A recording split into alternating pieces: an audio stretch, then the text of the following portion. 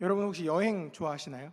여행하면은 보통 이제 뭐 여러 가지 다양한 교통수단을 활용합니다. 뭐 뚜벅이로 여행 가는 경우도 있고 차를 이용하기도 하고 뭐 기차나 버스 뭐 이런 것도 이용하는데 좀 멀리 가고 싶을 때 이제 이용하는 게 이제 비행기를 이용해서 가죠. 그런데 공항에 가서 꼭 이제 겪게 되는 갈 때 올 때 꼭 겪게 되는 문제 중에 하나가 뭐냐면 수화물의 무게입니다.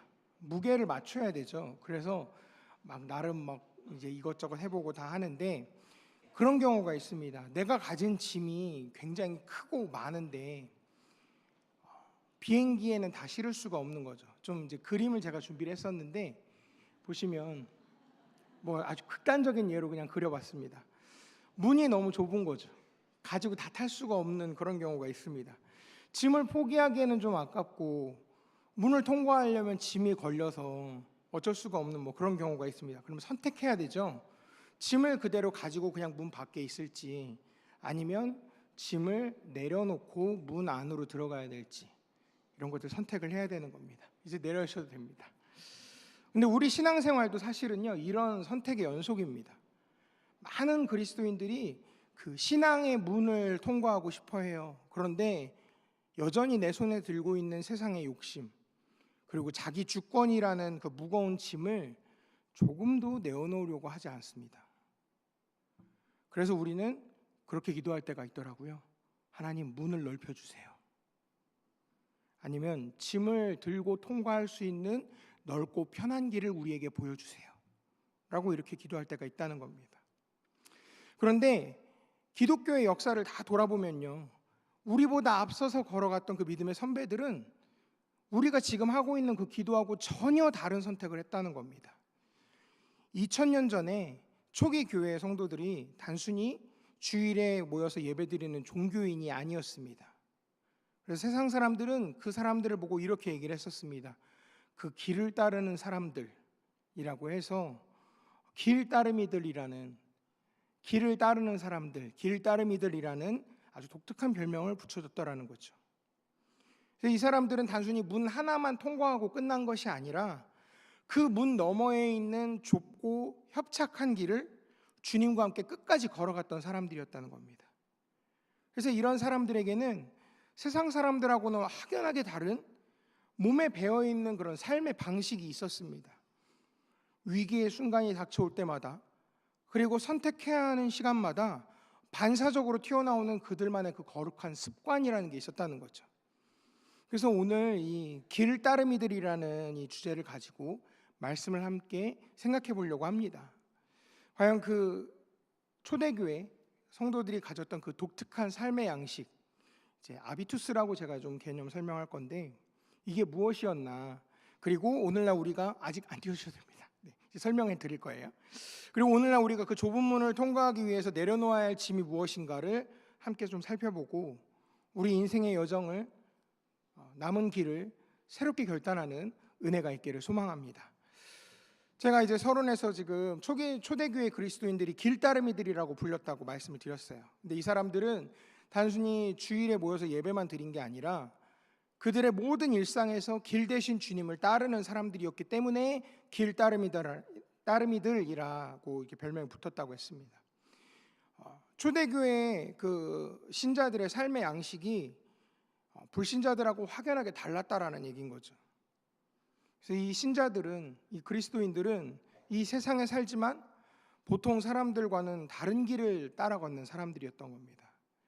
그래서 이 가지고 있는 이 독특한 삶의 특징을 아비투스라고 하는 그런 사회학적 용어로 설명을 하기도 하는데요. 이제 개념을 제가 이제 화면에다가 만들어봤는데, 그러니까 후천적인 배움을 통해서 무의식 중에 또는 위기의 순간에 반사적으로 반응하게 되는 구성원들의 행동 양식을 가리킵니다. 그래서 한 집단에 속한 구성원들에게 이 아비투스라는 게 형성이 되면 이 아비투스 자체가 바로 바깥 세계에 이 사람들의 그런 정체성을 표현하는 특징이 된다는 거죠. 좀 쉽게 표현하면 이런 겁니다. 몸에 배어있는 거룩한 습관을 이야기하는 겁니다. 그래서 초기 교회, 이 초대교회 성도들은 이 말하고 있는 것보다 삶과 삶의 방식으로서 기독교와 복음을 세상 가운데 보여줬다는 거죠. 그래서 믿고 세례받기 원하는 사람들이 단순히 그냥 단지 그 기독교의 기본 교리를 배우고 입으로 고백하기만 해서 끝난 게 아니라 더 나아가서 그리스도인의 그 삶의 방식을 따라 사는 법을 배워서 실제로 그렇게 살고 있다는 것을 증명해야만 세례를 받을 수 있었다는 겁니다. 이렇게 초대교회가 세례를 주기 전에 먼저 면접을 한 겁니다. 그래서 이 삶 속에 이 사람의 이 세례받고자 희망하는 이 사람의 삶 속에 기독교인의 그 아비투스, 그러니까 이 거룩한 습관이 형성되어져 있는가를 확인한 다음에야 세례를 주었다라는 것이죠. 그래서 이 아비투스 안에는 믿음으로 인해 내가 순교해야 될 때 어떻게 행동해야 될 것인가도 포함되어 있었던 겁니다. 그래서 이제 기독교에 관심을 갖고 내가 세례를 받고 싶다라고 생각하고 세례를 받기까지는 이 초대교회 때는 적어도 3년 이상의 시간이 걸렸습니다. 초대교회가 이렇게 삶의 방식을 강조했던 것은 기원 후 256년에 북아프리카 카르타고 주교였던 키프리아노스가 쓴 글에서 잘 드러납니다. 이렇게 썼는데요. 사랑하는 형제들이여, 우리는 말이 아닌 행동의 철학자들이다. 우리는 우리의 지혜를 우리의 옷이 아닌 진리를 통해 드러낸다. 우리는 덕을 그것에 대한 말의 자랑이 아니라 실천을 통해서 알아본다. 우리는 위대한 일들에 대해 말하지 않는다. 오히려 그것을 살아낸다. 그러므로 우리는 하나님의 종과 예배자로서 영적 경의를 지니고 우리가 하늘의 가르침을 통해 배운 인내를 보여주자. 그 덕으로 인해 우리는 하나님과 공통점을 갖는다 라고 이야기했던 겁니다. 이 초대교회 신자들의 이런 삶의 공통적인 특성인 이 아비투스가 어디서부터 형성이 됐을까요? 그건 아마도 오늘 우리가 읽었던 말씀 속에 나와 있던 주님께서 제자들을 부르실 때 나를 따라와라, 나를 따라오너라 라고 하신 데서 찾을 수 있지 않을까 생각을 해봅니다. 주님은 제자들을 부르셨죠. 그리고 함께 동고동락하셨습니다. 그러면서 예수님 자신의 삶을 제자들에게 보여주셨죠. 그래서 예수님을 닮아가도록 이 제자들을 가르치시고 훈련시키셨습니다. 그래서 이 초대교회 아비투스는 주님의 그 삶과 가르침의 근거를 뒀던 것이죠. 그래서 그리고 그런 그 길을 따라 살아가는 그 신자들을 길따름이들이라고 불렀던 겁니다. 그런데 이 아비투스, 이 거룩한 습관이 단순히 지식을 머리로 외워서 생겨난 게 아니었습니다. 세례를 받기 전에 자기 삶 속에서 우상 숭배와 관련된 것들이 있다면 직업이라 할지라도 그것들을 포기하고 있는지, 또 탐욕을 버리고 가난한 이웃들을 실천적으로 돕고 있는지 철저하게 검증받았다라고 아까 말씀드렸었죠. 그러니까 이 사람들에게는 신앙은 믿는 것을 넘어서서 주님의 그 삶의 방식, 예수님이 사시던 그 삶의 방식을 내 몸의 습관으로 바꿔내는 치열한 연습이고 훈련이었다라는 겁니다. 그래서 우리는 이 길따름이들이라는 주제로 가능하다면 제가 몇 차례 이렇게 말씀을 참고하면서 우리 자신을 좀 살펴보고 그리고 참된 길따름이로서 인생의 여정을 걸어가는 그 은혜를 받아 누리기를 함께 기대해 보려고 합니다. 저 이제 여러분들에게 질문을 하나 드리겠습니다. 여러분은 그리스도의 제자이십니까? 여러분은 그 나를 따르라 라고 말씀하신 그 주님을 따르는 제자이십니까? 제가 이렇게 물은 것은 여러분들에게 뭐 교회에서 어떤 직분을 갖고 계신지, 무슨 일을 하시는지, 교회 안에서 어떤 것들을 섬기시는지 이런 걸 묻는 건 아니었습니다.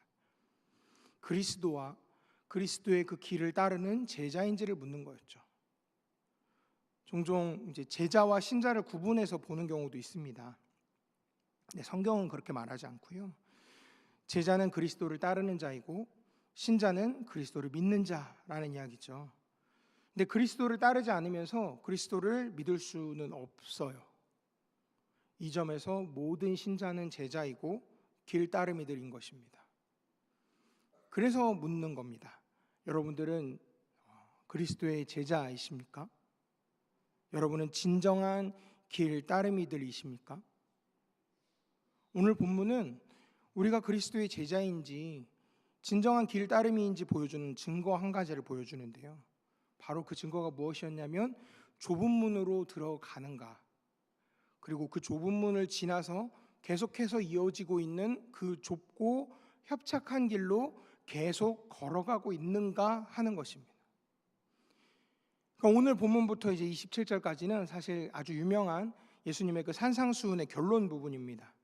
마태복음 5장부터 7장까지 기록된 이 산상수훈으로 알려진 이 주님의 설교의 주제는 제자도인데요. 주님은 이제 그런 이야기를 하셨죠. 제자의 특성에 대해서, 제자의 의무, 제자의 자세, 그리고 제자가 처하게 될 위험 등에 대해서 말씀을 하셨습니다. 근데 이 말씀을 다 듣고 나서 우리 본문 뒷부분에 있는 7장 28절 29절에서 보듯이 이 설교를 들은 사람들이 어떤 반응을 보였냐면, 이 예수님이 하시는 설교가 보통 서기관들이 하는 그런 설교하고 달리 권위 있는 가르침이구나 하면서 굉장히 놀랬습니다. 근데 예수님은 그거에 대해서 반응하지 않으셨고 뭐라고 얘기하시냐면, 순종의 행위가 없이 설교를 즐기는 건 죽은 종교다. 헌신이 없는 구원의 확신이란 그냥 사람의 영혼을 무디게 만들 뿐이라는 걸 너무 잘 알고 계셨던 겁니다. 그래서 이 결론부에서, 이 산상수훈의 결론부에서 예수님은 삶의 행동 양식을 통해서 신앙이 증명된다라는 사실을 분명하게 강조하고 계신 것이죠. 그 첫 말씀이 바로 오늘 본문입니다. 진정한 길 따름이라고 하면 듣기만 하는 사람이 아니고 좁은 문, 좁은 길로 행하는 사람이라는 것이죠. 그래서 오늘 이 짧은 본문에 두 개의 문이 나오고요, 두 개의 길이 나옵니다. 좁은 문과 큰 문이 있고 넓은 길과 좁고 협착한 길이 있습니다. 두 문, 두 길에 대해서 주님의 말씀은 제자의 삶의 방식, 그러니까 주님의 길 따름이로서 더 성공하냐 덜 성공하느냐 이 문제가 아니고, 이것은 뭐냐면 구원을 받았느냐 구원을 잃어버렸느냐, 생명이냐 멸망이냐의 문제라는 겁니다. 두 문 그리고 두 길은 규모도 다르고 사람들이 찾는 그 인기도 다르고, 그리고 목적지가 서로 정반대이죠. 이 말씀에 의하면, 예수님 말씀하신 것에 따르면 주님의 길 따름이들은 좁은 문으로 들어가고 좁고 협착한 길로 계속 가고, 그러면 여러분들은 좁은 문으로 들어오셨습니까? 그리고 계속해서 좁고 협착한 길로 행하고 계십니까? 그 문제를 조금 더 살펴보려고 해요. 좁은 문으로 들어가서 좁은 길로 행하는 것은 뭐냐면 짐을 버려야 갈 수 있는 길이죠. 문이 좁고 작으면 그 문보다 큰 짐이 들어갈 수가 없다는 겁니다. 그래서 주님께서 멸망으로 인도하는 문이 크고 그 길이 넓다라고 하셨을 때 주님은 어떤 이야기였냐면, 그 당시에 도시로 들어가는 그 큰 문 그리고 대로를 이렇게 이야기하신 겁니다. 거기는 이제 길이 넓으니까 문도 넓고 가축에다가 수레를 매달아서 짐을 아무리 많이 실어도 충분히 다닐 수 있는 그런 길이죠. 하지만 그 옆에 나 있는 작고 좁은 문은 짐이 없는 사람만 간신히 들어갈 수 있는 그런 길이었습니다. 그래서 예수님께서 부자 관리가 와서 선생님, 제가 무엇을 해야 영생을 얻으리까? 라고 물었을 때 굉장히 과격하게 대답을 하셨거든요. 누가복음 18장 22절 말씀인데 우리 이 말씀 같이 함께 읽어보겠습니다. 누가복음 18장 22절 시작. 예수께서 이 말을 들으시고 이르시되 내게 아직도 한 가지 부족한 것이 있으니 내게 있는 것을 다 팔아 가난한 자들에게 나눠주라. 그리하면 하늘에서 내게 보화가 있으리라. 그리고 와서 나를 따르라 하시니. 아멘. 큰 부자였기 때문에 이 말을 듣고, 이 말씀을 듣고 굉장히 근심하고 있는 이 사람을 보시면서 예수님이 또 말씀을 하셨어요. 18장 24절 25절 말씀인데 이 말씀도 같이 함께 읽겠습니다. 시작. 예수께서 그를 보시고 이르시되 재물이 있는 자는 하나님의 나라에 들어가기가 얼마나 어려운지 낙타가 바늘기로 들어가는 것이 부자가 하나님의 나라에 들어가는 것보다 쉬우니라 하시니. 아멘. 그러니까 생명으로 인도하는 문은 좁고 길이 협착하기 때문에 많은 재물을 가지고는 들어갈 수 없다는 거죠. 근데 이 결정은 지금 해야 되는 결정이라는 거죠. 미국의 그 테너시주의 채토누가라고 하는 곳에 바늘귀라고 하는, 이름이 별명이 바늘귀라고 불리는 협곡이 있습니다. 정말 좁아서 여기는 실제로 사람들이 지나갈 때 배낭을 메고 지나갈 수가 없어서 짐을 다 내려놓고 지나가야 되는 실제 길이 있습니다. 그래서 그 길 위에다가 저렇게 이름을 달아놓은 거죠. 니들사이, 바늘귀라고 하는 그런 협곡을 만들어 놨습니다. 근데 이런 이 물리적인 이 좁은 문을 보면 우리에게 주는 영적인 교훈이 있는데요. 19세기 후반에 영국의 유명한 설교자였던 이 알렉산더 맥클라렌이라는 목사님이 이 좁은 문을 통과하기 위해서 우리가 갖춰야 될 마음가짐을 이렇게 설명을 했었습니다.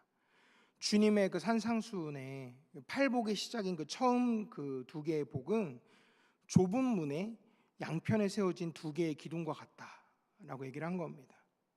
처음 두 복이 무엇인가 하면 바로 심령이 가난한 자에게 있는 복, 그리고 애통하는 자가 누리는 복입니다. 이 기둥을 뭐라고 표현을 했냐면 영적인 파산에 대한 인식, 그리고 죄에 대한 슬픔이라고 정의를 한 겁니다. 좁은 문으로 들어가고 싶다면, 들어가기 원한다면 우리가 짊어지고 있는 그 자기의, 그 다음에 이 세상적인 욕심이라는 짐을 다 버려야 한다라는 겁니다. 우리는 오직 하나님 앞에 설 수 없는 파산한 존재, 완전히 영적으로 다 파산해버려서 하나님 앞에 설 수 없다라는 그 겸손한 고백, 그리고 죄에 대한 애통함 말고는 그 문 안에 아무것도 가지고 들어갈 수가 없다라는 것이죠. 이렇게 우리가 버려야 될 짐이 우리 눈에 보이는 재물만 있는 게 아니었습니다. 어쩌면 이 좁은 문을 통과할 때 가장 큰 걸림돌이 무언가, 내가 나도 모르게 나에게 갖고 있는 그 자기의라고 하는 그 부피가 큰 짐일지도 모르겠습니다. 부자 관리가 그렇게 얘기했죠. 선생님, 제가 그것들 다 지켰습니다. 자신만만했잖아요. 어쩌면 우리도 그럴 수 있는 겁니다. 나 이만하면 되게 괜찮은 그리스도인이야. 사람들 앞에서 보여줄 수 있어, 얘기해줄 수 있어 라고 말하는 그런 영적인 자부심이 우리를 비대하게 만들어서 좁은 문 앞에 가로막히게 한다는 겁니다. 그 자기의의 짐을 다 내려놓고 철저하게 파산한 심령이 되어야만 우리가 비로소 그 좁은 문을 통과할 수 있다는 겁니다. 그런데 많은 사람들은, 심지어 교회 안에 있는 많은 사람들은요, 소유하고 있는 걸 하나도 버릴 생각이 없습니다. 부자 관리처럼요. 그래서 문이 크고 길이 넓은 곳을 선호합니다. 그 문과 길이 결국 멸망으로 너희들을 인도할 것이다 라고 주님이 친히, 예수님이 직접 경고하셨는데도 불구하고 그 길을 선호하고 좋아하는 것이죠. 그래서 이 점에서 우리는 복음서가 나를 따르라 라고 예수님이 말씀하셨을 때 그 주님을 따르던 제자들의 그 모습을 묘사하는 방식을 한번 확인해 볼 수가 있는데요. 베드로와 안드로가 예수님이 부르셨을 때 베드로와 안드레는 어떻게 했냐면 들고 있던 곧 그물을 버려두고 주님을 따랐다라고 기록하고 있습니다. 그 요한과 야고보는 배와 아버지를 버려두고 주님을 따랐다라고 기록하는 것이죠. 누가복음은 특별히 베드로에 대해서 이렇게 얘기를 했어요. 모든 것을 버려두고 예수님을 따랐다라고 기록하는 겁니다. 세리였던 마태도 그랬죠. 가버나움의 세관에서 일을 보던 중에 예수님이 나를 따르라 라고 불렀더니 모든 것을 버리고 일어나 주님을 따랐습니다. 이렇게 동일하게 이 제자들의 행동을 동일한 어조로 강조하고 있는 건 아까 그 근심함에 돌아갔던 부자 관리하고 달리 주님을 따라서 좁은 문으로 들어가서 좁은 문만 들어가고 끝난 것이 아니라 좁고 협착한 길을 행하는 길따름이가 되었다라는 사실을 우리에게 보여준다는 것이죠. 그런데 이 모든 것을 버리고 주님을 따랐다라는 말을 그냥 문자적으로 지금 당장 모든 소유를 다 버리고 다 팔아버리고 주님을 쫓으라 이 말이 아닙니다. 주님을 따르는 자는 자기가 가진 모든 것에 대해서 더 이상 자기가 주권을 행사하지 않고 그 주권을 주님께 양도한다라는 뜻인 겁니다. 그래서 이것을 그리스도의 주 되심이라고 말할 수 있습니다. 좁은 문, 좁은 길로 행하는 진정한 그 길따름이는 그리스도의 주 되심을 온전히 인정하는 사람이라는 것이죠. 이 점에서 이 길따름이들은 큰 문과 넓은 길을 좋아하고 그 길로 가는 사람들이 결코 알 수 없고 그들과 비교할 수 없는 평안과 안식을 삶에서 누릴 수가 있다는 겁니다. 왜냐하면 주님이 그들의 주인이시기 때문에 그런 것이죠. 둘째로 이 좁은 문 그리고 이 좁은 길로 행하는 여정은 어떤 길인가 하면 외로운 길입니다. 왜냐하면 좁은 문과 좁은 길은 인기가 없거든요. 주님은 멸망으로 인도하는 문은 크고 그 길이 넓어서 들어가는 자가 많다라고 말씀하셨습니다. 대다수의 사람들이 가는 길입니다. 그렇지만 길따르미는 좁은 문, 좁은 길로 행합니다. 그래서 진짜 길따르미는 외롭습니다. 이 말은 성도는, 신자는 아무것도 용납하지 못하는 그런 편협하고 까다로운 사람이라는 뜻이 아니고요. 넓은 마음을 가지고 있고 사랑이 많지만 그럼에도 불구하고 그가 갖고 있는 그 마음속에 가지고 있는 이 십자가의 복음 때문에 하나님 외에 다른 신과 우상을 섬기지 않는다라는 그 사실 때문에 좁은 문과 좁은 길로 가는 사람이라는 겁니다. 그래서 이 외로움은 이 길따르미가 세상에서 두 나라에 속한 사람이기 때문에 피할 수 없는 외로움이라는 것이죠. 단순히 이론적으로 나는 하나님 나라의 사람이지만, 하나님 나라의 시민이지만 지금 세상에서 살아간다라는 이 말이 아니고요. 실제로 자기가 하나님 나라의 시민이기 때문에 하나님 나라의 그 시민으로서의 의식이 떠나지 않는 겁니다. 내 속에서. 마치 우리가 대한민국 국민이잖아요. 그러면 전 세계 어느 나라에 가서 살든지 간에 우리 마음속에 기본적으로 박혀있는 일종의 그런 애국심 같은 거, 아주 단편적인 예입니다만 그런 것을 느끼는 것처럼 그렇게 느낄 수 있는 것이죠. 그래서 지금 우리는 이 세상에서 주변에 믿지 않는 많은 사람들하고 이렇게 다양하게 섞여 살아갑니다. 많은 것을 공유하면서 살아가죠. 하지만 내가 속해 있는 본향이 하늘에 있다는 걸 안다면, 그러면 이런 생각을 가지고 살아가는 사람이 적다는 걸 알기 때문에 외로운 여정일 수밖에 없다는 겁니다. 하지만 길따르미들은 이 세상에서 큰 문과 넓은 길을 가는 그 수많은 사람들보다 더 믿음직스럽고 성실하게 의와 공의로운 도를 행하는 그런 정의로운 모범 시민으로서 세상에 기여하면서 또 살아갈 수 있죠. 비록 좁은 문, 좁은 길로 가는 이 길따르미들은 외롭지만 그 외로움 덕분에 나와 동행하시는 주님을 더 깊이 경험하는 은혜와 축복을 누리는 사람들입니다. 그리고 길따르미들은 서로를 통해서도 큰 위로와 힘을 얻죠. 그게 바로 우리가 지금 이 자리에 함께 있는 바로 교회인 것입니다. 세 번째로 이 좁은 문 그리고 좁은 길로 행하는 길은 고된 여정, 그래서 소위 말하는 고생길입니다. 생명으로 인도하는 문을 예수님께서 좁고 그 길이 협착하다라고 얘기하셨는데, 협착하다라는 말은 좁다는 의미도 물론 있겠지만 애워싸 밀거나 비집고 들어가다가 이렇게 눌려지는 그런 뉘앙스를 가집니다. 그래서 협착하다라고 할 때 이 헬라어의 단어에는 환난, 고통, 괴로움을 의미하는 단어하고 어원이 같습니다. 다시 말하면 이 길은 고생길이라는 것이죠. 주님은 좁은 문으로 들어와서 좁은 길로 행하게 되면 조금만 참으면 길이 넓어지고 편안해질 거야 라고 사람들을 부추기지 않으셨습니다. 도리어 좁은 길로 행하는 건 십자가를 지는 길이고 주님과 함께 고난을 겪는 길이라고 말씀하셨습니다. 그래서 사람들이 그 길을 가기 전에 두려워하는 사람들이 있죠. 질에 겁에 질리기도 하고 말입니다. 그런데 우리는 주님이 하셨던 그 말씀도 우리는 알아야 됩니다. 마태복음 5장 10절인데요. 예수님이 이렇게 말씀하셨죠. 같이 함께 읽겠습니다. 시작. 의를 위하여 박해를 받은 자는 복이 있나니 천국이 그들의 것임이라. 아멘. 아멘. 내 주를 가까이 하게 함은이라는 찬양을 우리 참 많이 좋아들 하시죠. 이 사라 아담스라는 분의 시에다가 곡을 붙인 건데, 이 가사가 어쩌면 오늘 그 주님의 말씀을 그대로 고백하는 것 같습니다.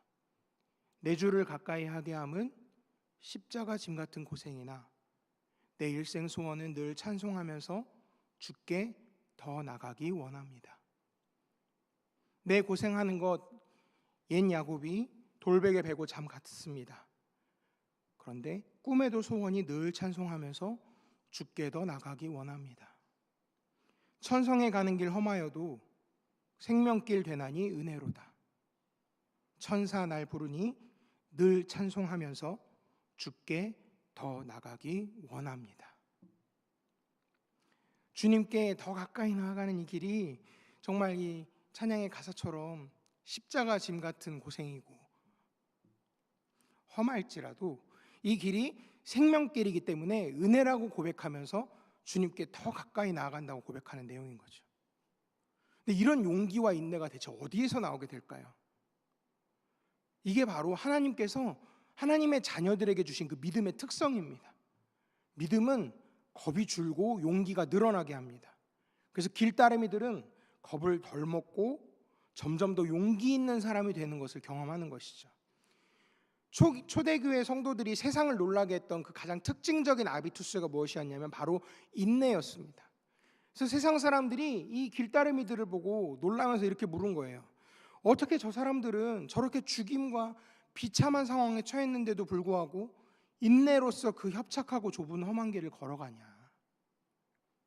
왜냐하면 주님이 약속하신 생명으로 인도하는 문이고 생명으로 인도하는 길이기 때문에 그랬던 것이죠. 그래서 이 사람들에게, 이 초대교회의 길따르미들에게 이 생명은 먼 미래에 천국에서 주어질 어떤 그런 것이 아니었습니다. 이 생명은 지금 이 사람들에게는 현재의 고생길에서 더 깊이 누리고 경험하는 그 살아계신 하나님과의 사귐이었던 거죠. 우리는 흔히 그렇게 생각합니다. 좁은 길 끝까지 가면 저 끝에 천국이 있겠지. 하지만 주님이 말씀하시는 그 생명은 미래의 약속뿐만 아니라 지금 이 험한 길 위에서 누리는 현재의 선물이기도 한 겁니다. 세상의 넓은 길을 가는 사람들은 끊임없이 자극을 쫓아요. 더 자극적인 거, 더 나의 뇌를 자극해 줄 수 있는 것들을 찾습니다.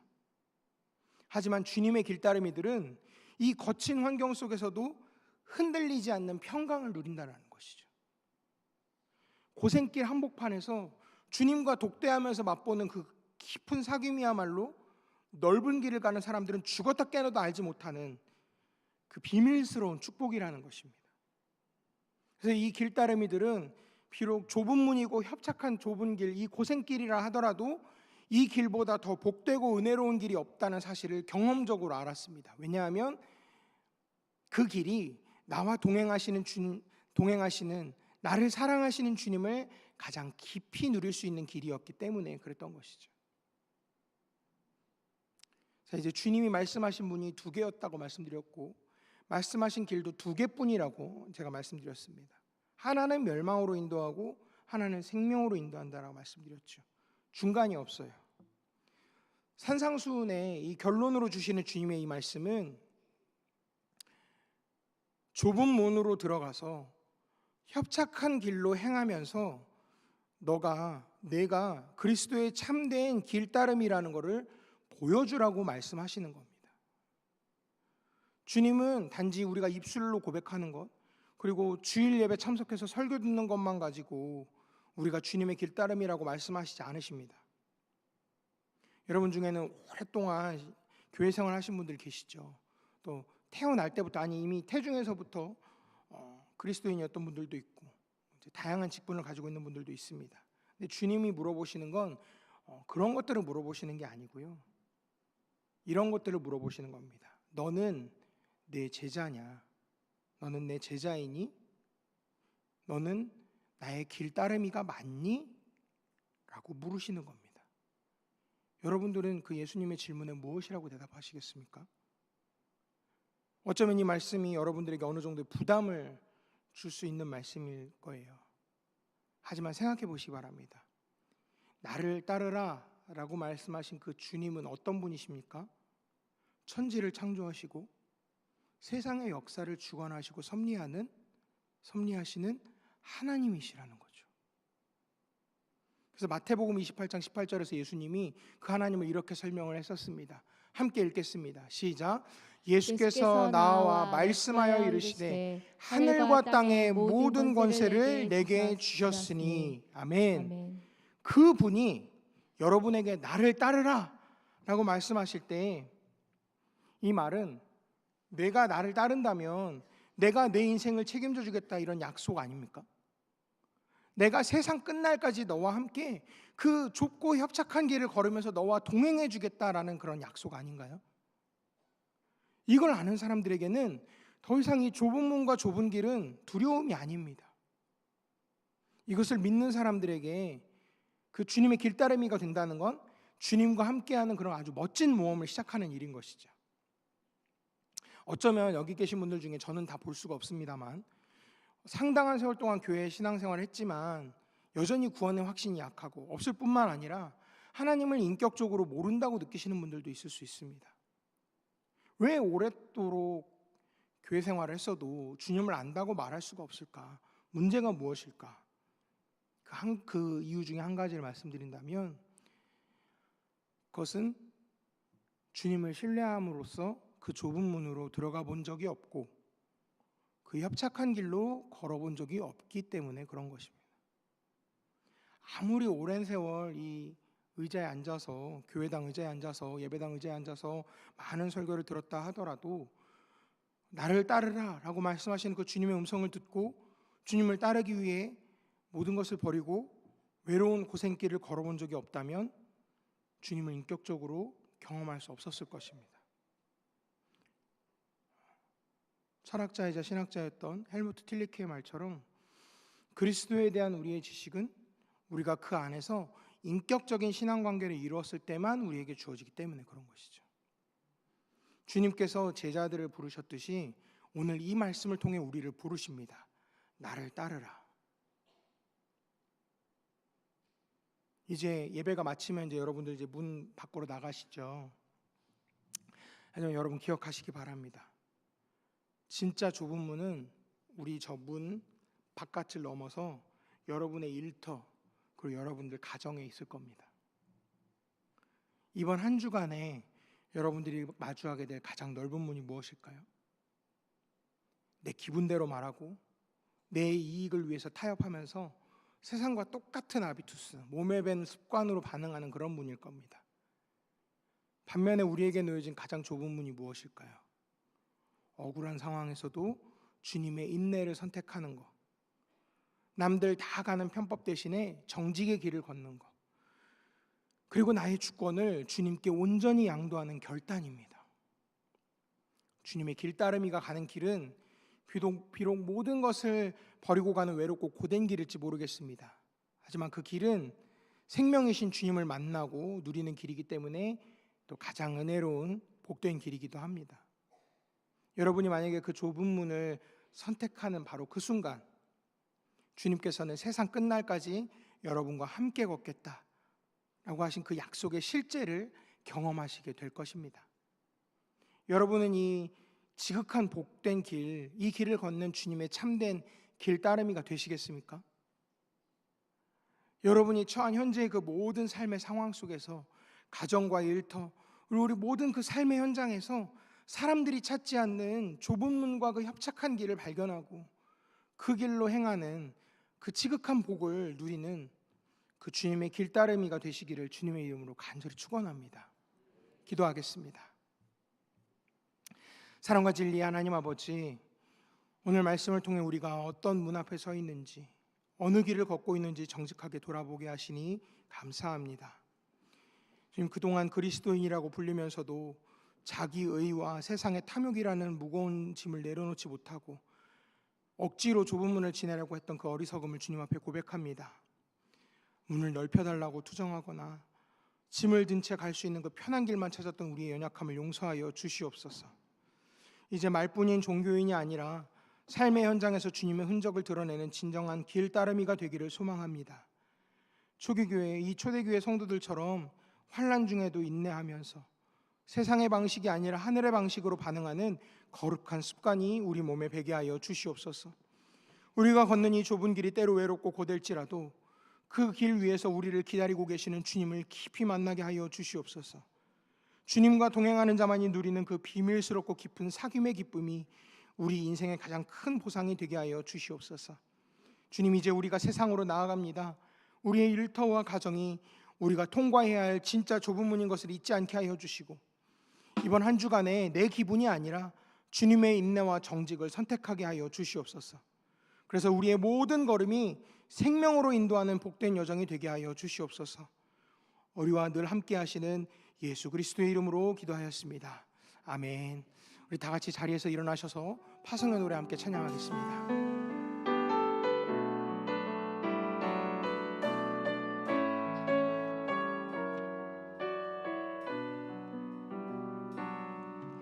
너의 가는 길에 주의 평강이 있으리 평강에와 함께 가시니 너의 걸음걸이 주 인도하시니 주의 강한 손 이끄시니 너의 가는 길에 주의 축복 있으니 영광의 주 함께 가시니 내가 받는 모든 땅 주님 다스리리 너는 주의 길 예비게 되리 주님 나라 위하여 길 떠나는 나의 형제여 주께서 가라시니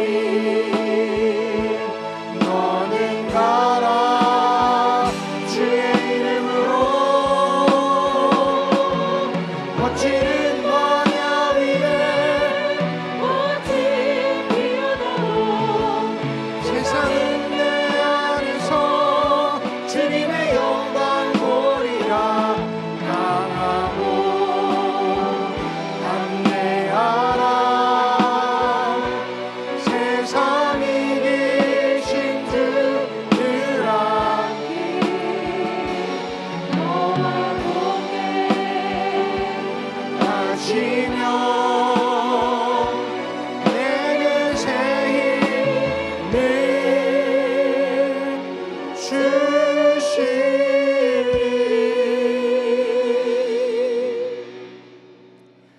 이제는 좁고 협착한 생명의 길을 친히 먼저 걸어가시고 우리를 그 복된 길로 부르신 우리 주 예수 그리스도의 크신 은혜와 자기 의와 세상의 짐을 내려놓고 주님만 따르기를 결단한 자녀들을 세상 끝날까지 변함없이 사랑하시는 하나님 아버지의 무한하신 사랑하심과 예배당 문을 나서는 순간부터 마주할 가정과 일터의 좁은 문 앞에서 우리 안에 거룩한 습관을 형성하셔서 넉넉히 인내하며 승리하게 하시는 성령님의 교통하심과 동행하심이 말이 아닌 삶으로 복음을 살아내고 오직 주님만이 나의 주님이심을 고백하며 좁은 길을 묵묵히 걸어가기로 다짐하는 여기 모인 모든 길따림이들 머리 위에와 그들의 가정과 일터와 이 나라와 민족 위에 이제로부터 영원토록 함께 하시기를 간절히 축원하옵나이다. 아멘.